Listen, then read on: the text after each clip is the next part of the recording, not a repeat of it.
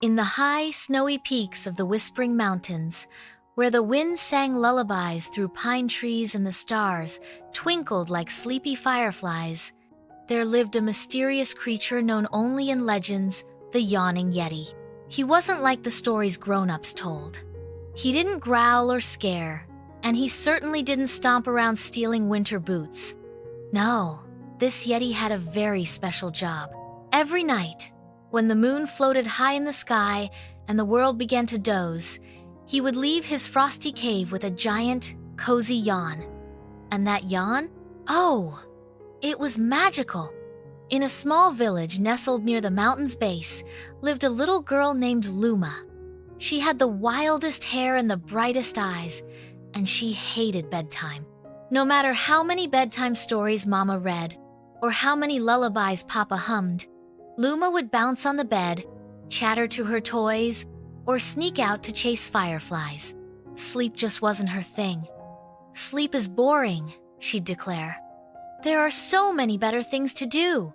But one chilly night, when the stars were blinking sleepily and the wind carried whispers from the mountain, something changed. Luma had just built a blanket fort shaped like a pirate ship. She wore a paper crown and waved a wooden spoon like a sword. "Aye, aye, Captain Luma," she whispered. That's when she felt it. A soft breeze blew in through her slightly cracked window. It wasn't cold but warm, like a breath, like a yawn. She turned. There, just beyond her curtains, was a huge shadow. Not scary, not growling, just fluffy, with glowing blue eyes and the coziest scarf you've ever seen, wrapped around a round, snowy neck. It was the Yawning Yeti. He stood outside her window, swaying gently side to side, like he was listening to a silent lullaby. And then, he opened his mouth wide and let out the most enormous, dreamiest yawn. "Yeah!" It rippled through the air like a warm blanket. Luma blinked. Her knees felt soft. Her pirate ship swayed. Her crown slipped sideways. And before she could shout, "Anchors away," she yawned back. "Yawn!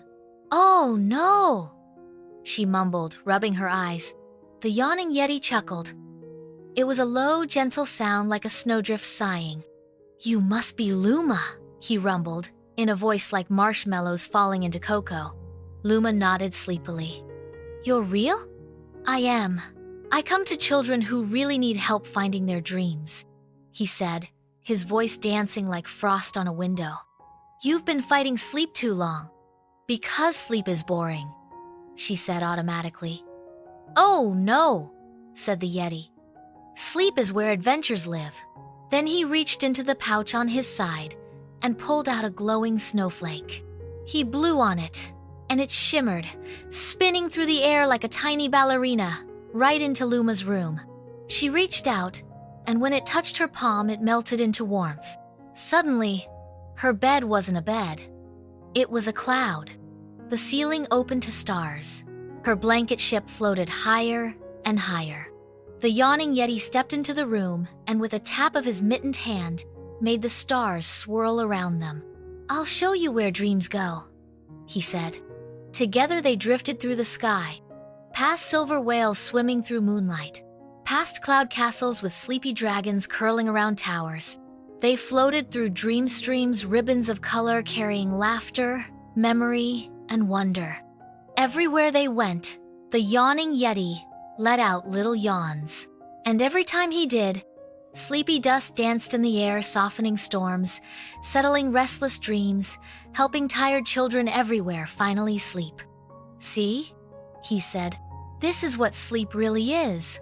Luma nodded, too amazed to speak. Soon, her eyes drooped. The Yawning Yeti smiled. He carried her gently back to her room, tucked her in, and placed a tiny snowflake on her nightstand, a token, in case she ever needed help again. Then, with one last giant yawn, he disappeared into the moonlight. The next morning, Luma didn't remember everything, but she woke up smiling. Her crown was tucked beneath her pillow. A sparkly snowflake lay beside her, and the words, Sleep is boring. We're never heard from her again. That night, as she crawled into bed, she whispered, "Good night, Yawning Yeti." And far away in the mountains, the Yeti yawned back. The end yet.